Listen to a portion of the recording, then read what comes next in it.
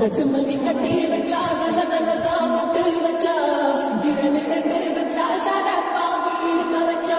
வச்ச புட்டி ஒன்னையும் தூக்கி நெத்திக்கு மத்தியில் கொட்ட வச்ச வலை வச்சு கொண்டு நேரத்துக்குள்ள வச்ச கட்டம் தொட்ட அடிய போட்டு விடுவோம் அப்படின்ற கட்டு மல்லி கட்டி வச்சா கலகலதான் பட்டு வச்சா